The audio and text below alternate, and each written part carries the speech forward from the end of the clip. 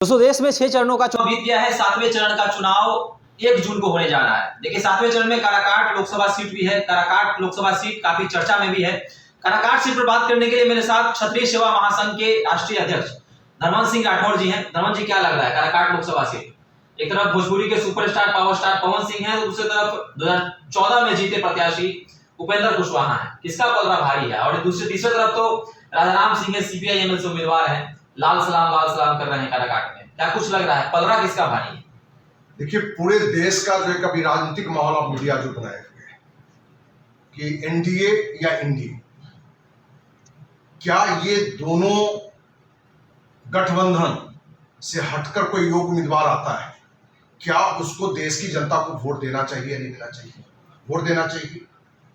पवन सिंह यदि अपनी योग्यता के आधार पर, अपने प्रतिभा के आधार पर युवा है, उसके अंदर में एक भूख है, हम समाज के लिए, जहां में अच्छा गायन के क्षेत्र में हमने काम किया है, हमने नायक के रूप में अच्छी एक्टिंग की है, वही उसके अंदर एक ललक है कि हम समाज के लिए बहुत अच्छा करें।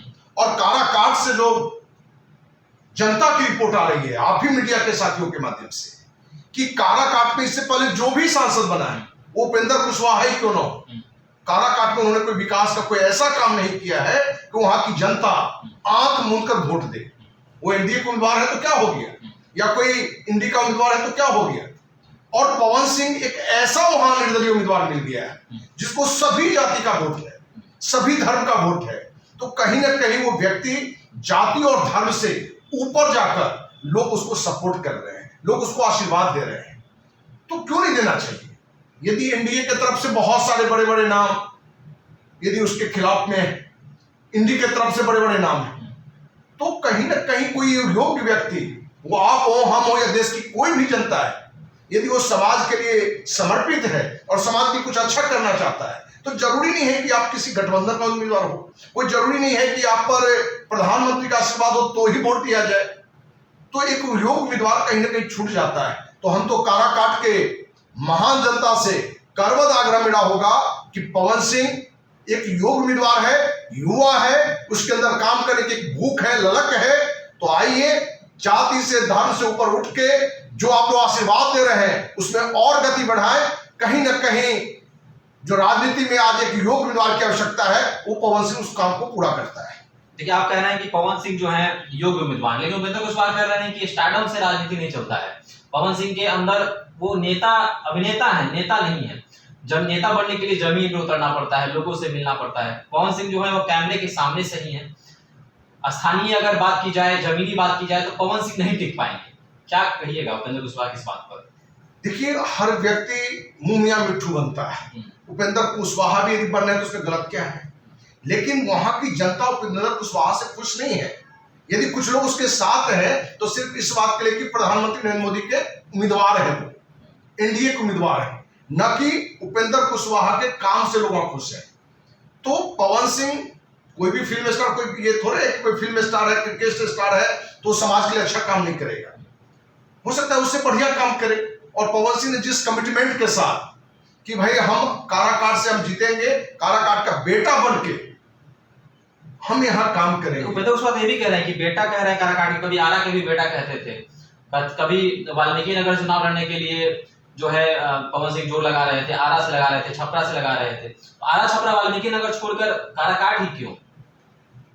अब देखिए, जगह का निर्णय करना तो पवन सिंह का काम। आसनसोल से भी उनको टिकट, और कोई काराकाट का कोई व्यक्ति पूरे देश का बेटा है, इसलिए वो हर जिला का बेटा अपने को बता सकता है। इसलिए वो भेद पर डालना कहीं से सही नहीं है। तो काराकाट का बेटा वो कहते हैं और उनके अंदर लगता है कि हम करेंगे। और जो आप मीडिया की तरफ से या काराकाट में भी हमारे संस्था से जुड़े हुए लोग, काफी लोग हैं, उनकी जो रिपोर्ट आ रही है और सभी समाज की जो रिपोर्ट आ रही है, उससे लगता है कि पवन सिंह लड़ाई में सबसे आगे है। और पवन सिंह को यदि भारी वोटों से यदि वहां जीत दिलाया जाए तो कहीं ना कहीं पवन सिंह के अंदर भी एक आत्मविश्वास बनेगा कि हमें काराकाट का एक बड़ा काम करना है। क्योंकि उपेंद्र कुशवाहा पूर्व में रहे सांसद, और सांसद रहकर उन्होंने जो काम किया है उससे वहां की जनता खुश रही है। जो उपेंद्र कुशवाहा के समर्थक कह रहे हैं कि भाड़े से मंगवाई गई थी पवन सिंह के जो काफिला दिख रहा है या वीडियो जो सामने आ रहे हैं कि भारत से मंगवाया गया भीड़ है। पवन सिंह को लोग देखने आ रहे हैं, रील्स बना रहे हैं, रील्स बनाने के लिए जो है युवा पहुंच रहे हैं, लड़के पहुंच रहे हैं। 40 से ऊपर के जो मतदाता हैं वो तो एनडीए में वोट करेंगे। पवन सिंह तो वोट काट रहे हैं, वोट कटवा के रूप में पवन सिंह आए हैं। 50,000 भी वोट आ जाए तो काफी है। क्या कहिएगा, कितनी सत्यता है इस चीज में? देखिए, वो तो हर नेता का अपना अपना पक्ष रखना है। भीड़ यदि कोई भाड़े पर ला सकता है तो गठबंधन वाले ला सकते हैं, क्योंकि पवन सिंह को किसी भीड़ की आवश्यकता नहीं है। भीड़ स्वतः उसका आता है। ये पूरे काराकाट की भी जनता जानता है, आप मीडिया भी इस बात को अच्छी तरह से जानते हैं। तो कहीं ना कहीं भाड़े की भीड़ पवन सिंह के साथ नहीं है। और आगे वोट में कितना तब्दील होगा, ये काराकाट की जनता को ये निर्णय लेना पड़ेगा शुरू में ही कि हमें कहां जाना चाहिए जिससे हमारा हित हो। क्योंकि एनडीए ये गठबंधन अलग बात है, कहीं ना कहीं अभी हर जगह की जनता नरेंद्र मोदी को देखने लगता है। लेकिन क्या नरेंद्र मोदी जी हर क्षेत्र में जाके काम करेंगे?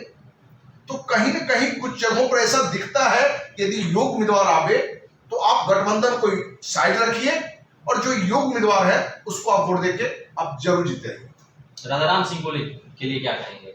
लोग ये भी कह रहे हैं कि राजाराम सिंह को डायरेक्ट फायदा पहुंचा रहे हैं पवन सिंह। उपेंद्र कुशवाहा का वोट करके राजाराम सिंह को फायदा पहुंचेगा और राजाराम सिंह जीत जाएंगे। क्या लग रहा है? सीपीआई एमएल से उम्मीदवार हैं, लाल सलाम जो है करते हैं, काफी चर्चित चेहरा भी है। तो क्या लग रहा है, लाल सलाम को इस बार लाल सपोर्ट मिलेगा काराकाट की जनता से? देखिए, काराकाट की जनता को ये तो मैंने वहां की हवा को समझना पड़ेगा कि पवन सिंह यदि जीत रहा है तो हमें उपेंद्र कुशवाहा को पूरी तरह से इग्नोर करके पवन सिंह के साथ होना चाहिए। क्योंकि इन तीनों उम्मीदवार में पहली प्राथमिकता हमें कहेंगे तो हम पवन सिंह को देंगे, दूसरी प्राथमिकता उपेंद्र कुशवाहा को देंगे, तीसरी प्राथमिकता किसी और नेता को है। तो काराकाट की जनता को यह देखना होगा कि कहां वोट देने से ये दूसरा उम्मीदवार जीत रहा है। क्योंकि मेरा भी अपना मानना है, पहली प्राथमिकता पवन सिंह को जिताइए और वहां की जनता को जो अभी तक जो लहर आ रहा है मेरे पास कि पवन सिंह ही नंबर 1 पर है, तो फिर क्यों उपेंद्र कुशवाहा को वोट देकर अपना वोट जाया करें? इससे पूरी क्षमता से बिना वोट बर्बाद किए हुए सारे वोट पवन सिंह को मिले, यही हम काराकाट की जनता से आग्रह करना चाहते हैं। अच्छा, आपको लग रहा है अगर पवन सिंह जीतते हैं तो एनडीए में जाएंगे? क्या कि मोदी के लिए कभी भी उन्होंने अपने भाषण में हो या फिर जनसभा में घूम रहे हैं, क्षेत्र में घूम रहे हैं, तो मोदी के लिए कोई भी ऐसी बात नहीं बोले हैं।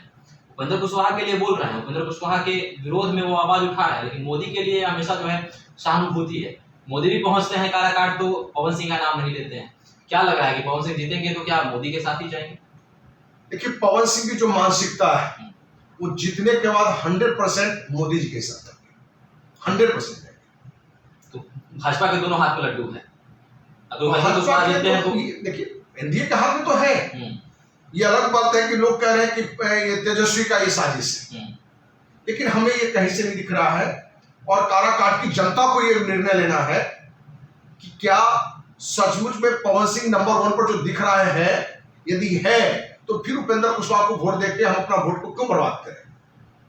और पवन सिंह यदि जीतता है तो हम आप सब इस बात को जानते हैं कि भाजपा में था और फिर से भाजपा में वो शामिल हो जाए। चलिए, तो काराकाट से 3 प्रत्याशियों की चर्चा तो हो ही रही थी, लेकिन चौथे प्रत्याशी के रूप में ओवैसी की पार्टी से प्रियंका चौधरी भी आ गई है। तो एनडीए की टेंशन तो बढ़ी हुई है पवन सिंह के कारण। उधर महागठबंधन की भी चिंता जो है प्रियंका चौधरी के कारण बढ़ी हुई है, क्योंकि मुस्लिम वोटर जो है वो प्रियंका चौधरी को भी काफी सपोर्ट कर रहे हैं। तो एक तरफ उपेंद्र कुशवाहा चिंतित हैं, तो दूसरी तरफ जो है राजाराम सिंह भी चिंतित हैं प्रियंका चौधरी को लेकर। तो क्या आपको लग रहा है कि 4 कोणीय मुकाबला हो गया है काराकाट में? क्या उपेंद्र कुशवाहा भारी पड़ेंगे पवन सिंह को, या फिर पवन सिंह जो है उपेंद्र कुशवाहा पर भारी पड़ेंगे? क्या कुछ होगा? आपको क्या लग रहा है? क्या एनडीए के पक्ष में तमाम चीजें हैं, पॉजिटिव चीजें हैं, सकारात्मक चीजें हैं? पवन सिंह जीतते हैं तो भाजपा में जाएंगे तो या जो है सीट एनडीए को ही रहेगा? क्या कुछ लगता है आपको? कई चीजें हैं, कई चीजें निकल कर सामने आ रही हैं। काराकाट की जनता जो है लगातार चर्चा भी इस विषय पर कर रही है। आपको क्या लगता है? आप हमारे साथ कर सकते हैं। धन्यवाद।